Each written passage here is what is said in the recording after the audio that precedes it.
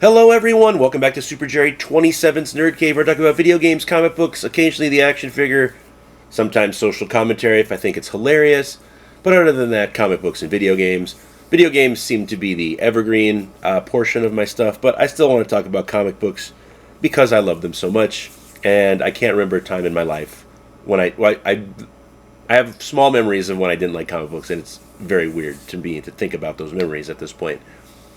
But if you're a new viewer, please consider subscribing because 90% of you are not subscribed, which is kind of funky that you're being recommended my videos or finding them but not subscribing.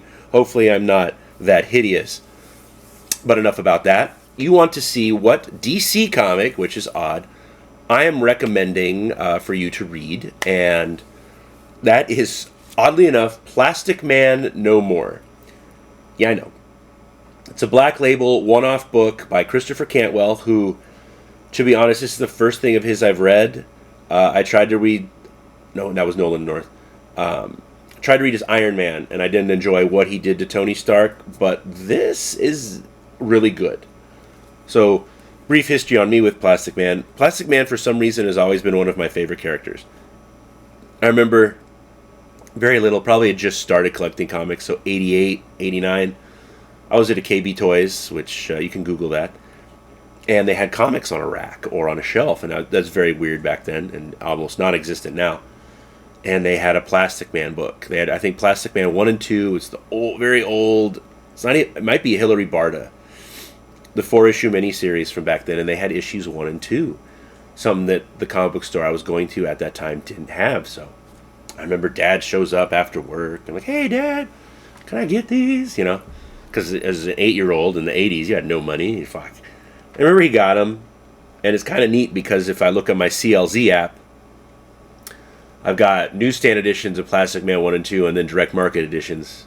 So, I don't know. I think that's a cool memory. It's a core memory. But, back to Plastic Man No More. So, it's a Black Label book, which kind of makes it out of continuity.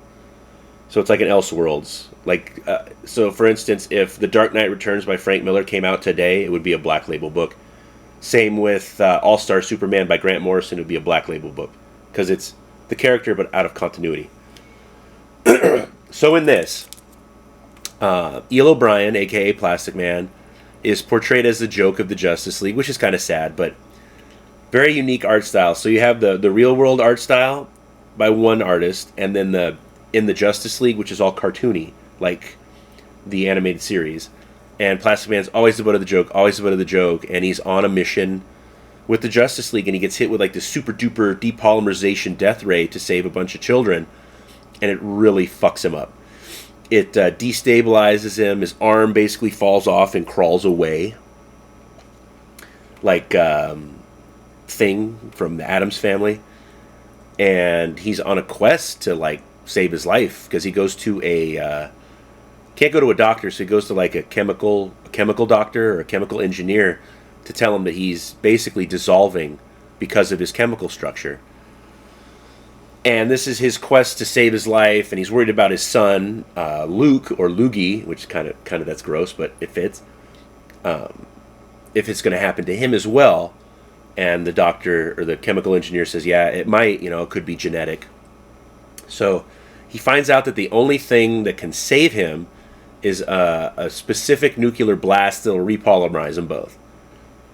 So he gets the Metal Men to find Uranium Man from the Metal Men, and it's a clusterfuck of a heist. And eventually he succeeds, but it's great. This is really well done. It's it was kind of sad to see that he's a joke, because he's really kind of a criminal mastermind, and he's a hell of a detective. Like, he's almost as good of a detective as Batman. In like the real comics, like the continuity comics, Batman praises him a lot, and gives him stuff, because in the comic he has his kid, but his kid's little, and his kid can change color. Plastic Man can't. So he makes his little nose like turn red, and Batman's like, well, that's a start, Batman. But I don't know. I really liked it. I'm glad Plastic Man got brought back to the forefront, even if it was for a 4-issue series. This is not the actual interior art. This is just my favorite cover of it. I love Mike Aldred. who's done Batman Dark Age and Superman Golden Age with P. Craig Russell, and then Madman, of course, and Ecstatic. So that's his. That I just love his art, and I like this. You know, he's got the very pop art book. But I would pick this up. I'm not one that shills or promotes DC Comics, really, because I think they've fucked with a lot of the characters, but this one was really good. Good standalone story that you should read. I enjoyed the hell out of it. Let me know if you've read it, and what do you think of Plastic Man? I think he's very underrated, underused. So like, comment, share, and subscribe, and I'll see y'all soon in another video.